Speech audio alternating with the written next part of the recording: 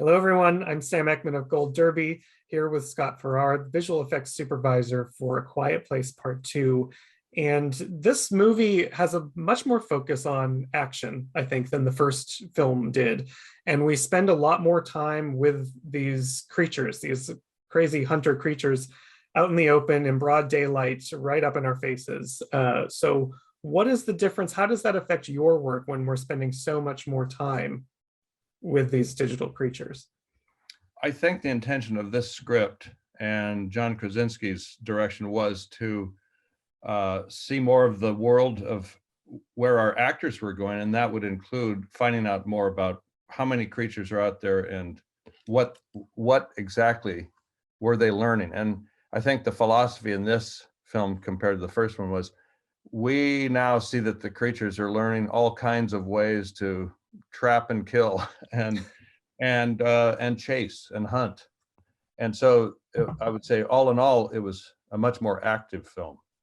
Yeah. Does that, I think, that opening sequence in the prologue, they're so active. I mean, we don't really in the first film get big, close-up moments of them like that.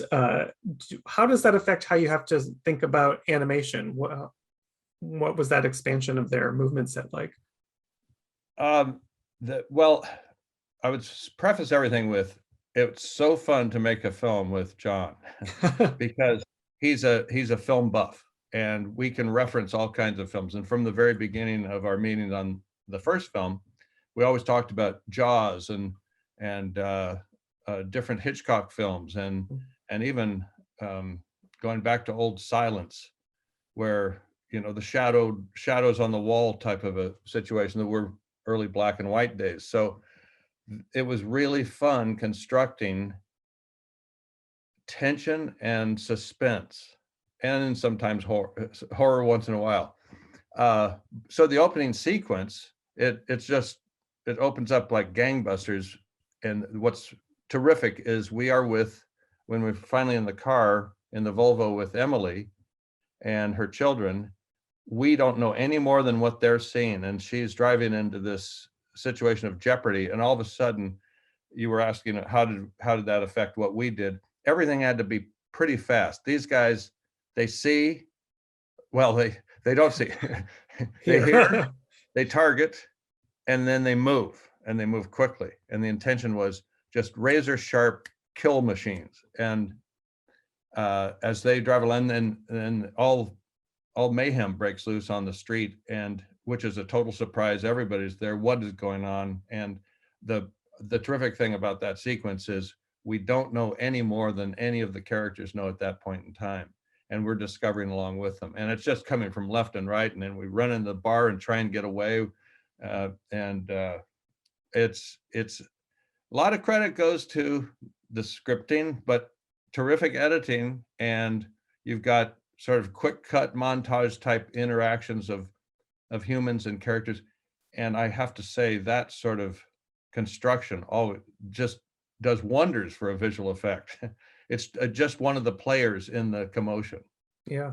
I'm always interested by that sort of interaction you mentioned between, human actors and the digital elements, because in that scene, there are tons of extras and the lead cast in there. Some of them are getting tossed around and there's mayhem. When you have that interaction, how highly choreographed are those moments? Do you get a lot of leeway with what you can create in the digital realm, or is it very choreographed for what those movements are beforehand? Well, for us, of course, there's happenstance, and the actor or the stunt player or the stunt driver or what have you might not exactly hit the marks in the same timing. So there are things you can do to fit things together, I would say. And one thing I've always liked to do is never be perfect in the framing of our digital characters. Maybe we crop them or we don't quite see all of them, and which is the way good filmmaking is done. And so maybe you just catch a glimpse and a dash through the frame, and that's all you see. And we can always craft that based on what the edit is.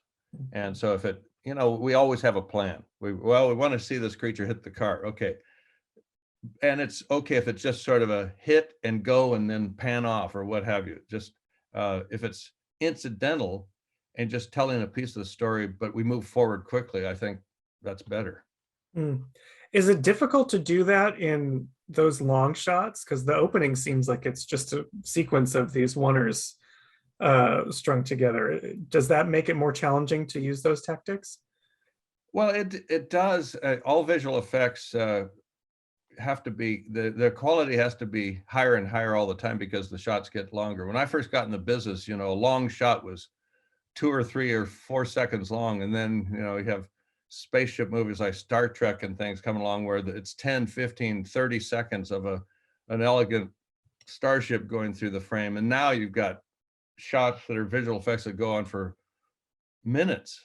Mhm. So they really have to hold up. So the textures, the colors, the lighting, everything has to be at a much higher quality level than possibly even 5 years ago. Yeah. And one of the new elements for this film is we discover that the creatures cannot swim, and water is a major weakness for them. And there's that really tense sequence down by the docks with Cillian Murphy and Millicent Simmons.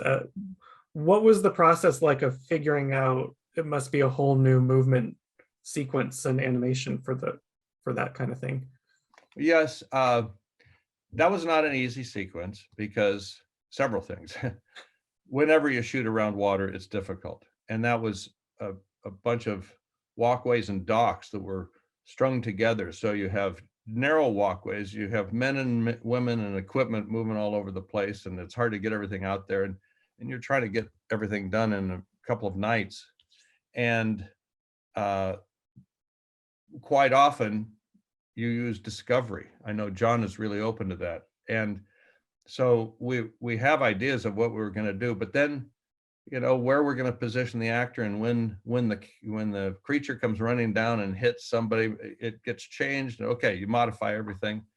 And then for sequence, well, you mentioned that they can't swim, so we started off with some real simple stuff. Just have some stunt guys on the boats or the dock or what have you, and leap into the water and make a splash. And we can paint out the character, whoever's in there, because we can, we have the background, and so we more or less get rid of the stunt guy, and then retain the splash. But then, of course, as things always go, the splash is in the wrong place.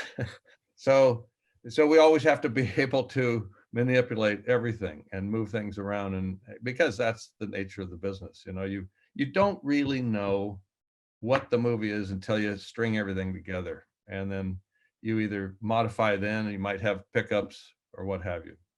Sure. And you were also second unit director for this one. Do you find that that is a big benefit to you? To what is the benefit creatively of having both of these titles, both of those jobs? Well, the biggest one is that I can help John, and if I'm really understanding what the essence of the movie is and what John's ideas of the images are, then but it's a great thing to go do. But I always shoot variations, because no matter what you've got, what you've planned, you shoot something else that neither one of us have thought of. So again, what you do is you go on location, you have all your equipment, you have your players, and you set it all up and you go, hey, this is a kind of an interesting angle over here, let's go do this. They'll never use it. Well, they might use it.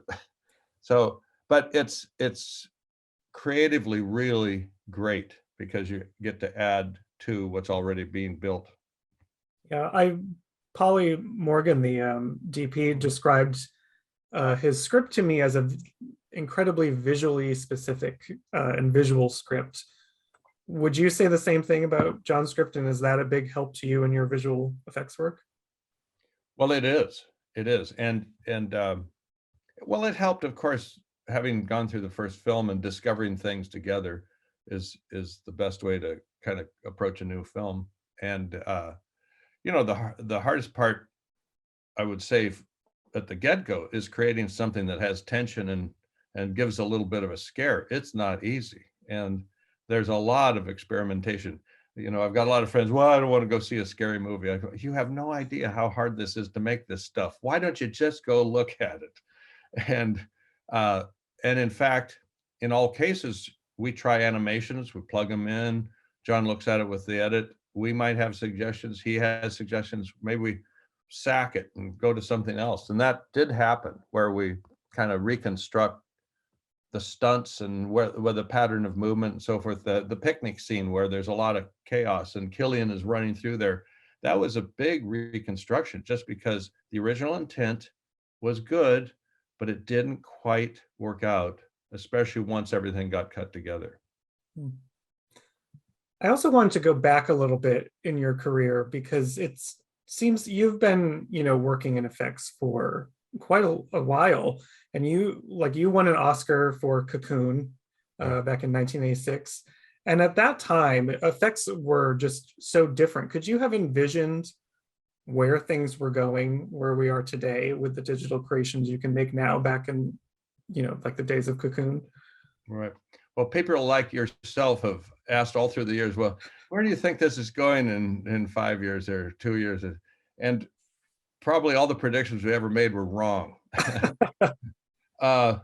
What I remember when we had just started dabbling with computer graphics, and we had a few things. Dennis Muren had done the stained glass window man in Young Sherlock Holmes, and I was fiddling around with CG planes and different objects in Alive, and we had some computer the early computer graphics thing that I did was the Genesis creation in Star Trek. And so, we get together with everyone, we have a big meeting, and we think, well, okay, we got to gear up, people.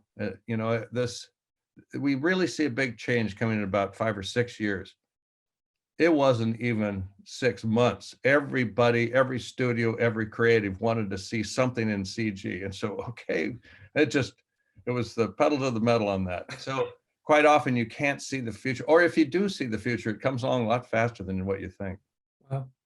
Yeah, speaking of Star Trek, you have worked on many of those films, Star Wars, Return of the Jedi. You have a lot of, iconic franchises under your belt.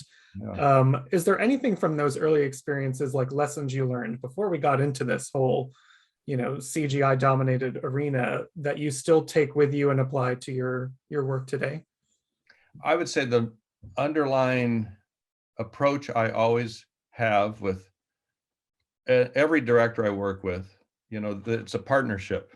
We become very close in creating whatever it is we're doing. And my sort of approach to all of it was always, it doesn't matter how we do it. What do we want it to look like? What do we want the essence of this scene or this shot or whatever? And we'll work that out. And it's always like a big exploratory art project, because we do an awful lot of advanced work before we do the movie. The cheapest amount of money you can spend is the development and the research before you start your film. And if you start experimenting in the computer, that gets very expensive. So I am a big proponent of doing a lot of artwork. We usually always have an art director on the show the entire time. So we have that feeling of cohesiveness. And so whatever the style of the film is, it all fits together. What would you say is the reason, if you think back on your career, what was it about this art form that made you want to pursue it? And is that still the thing that keeps you going and keeps you interested today? I started out as a live action cameraman. I was a loader and an operator and then a DP. And then and when I couldn't get work doing that, I was an editor. And I went back and forth. And I finally got in the union on a visual effects film, the very first Star Trek, the motion picture. And it was literally a dual path. After that, it was a choice, and a bunch of my buddies, mostly men, in the business, that they wanted to go back into live action and work with the actors all the time. And that's a great thing to do. But there's something about this mixture of where I could do live action, but I could do all this experimental stuff and coming up with new ideas and being oh, you never knew what you were going to do or how you're going to solve it. But you get a script and go, whoa, the entire world blows up and it goes into flame, and then all these crazy, it's like, what? And you have to figure it out. And I found that just intriguing. And I think that's at the core of everything to this day. It's challenges are always wonderful when you just kind of don't know what you're going to do and try and come up with something. Yeah. Well, challenge was successfully mastered here on A Quiet Place Part 2. It was great work. Thank you so much, Scott, for sitting down and discussing it with me. If you're out there watching, make sure you're subscribed to Gold Derby. There's plenty more contender videos like this throughout the season. Scott, thank you again. Thanks, Sam.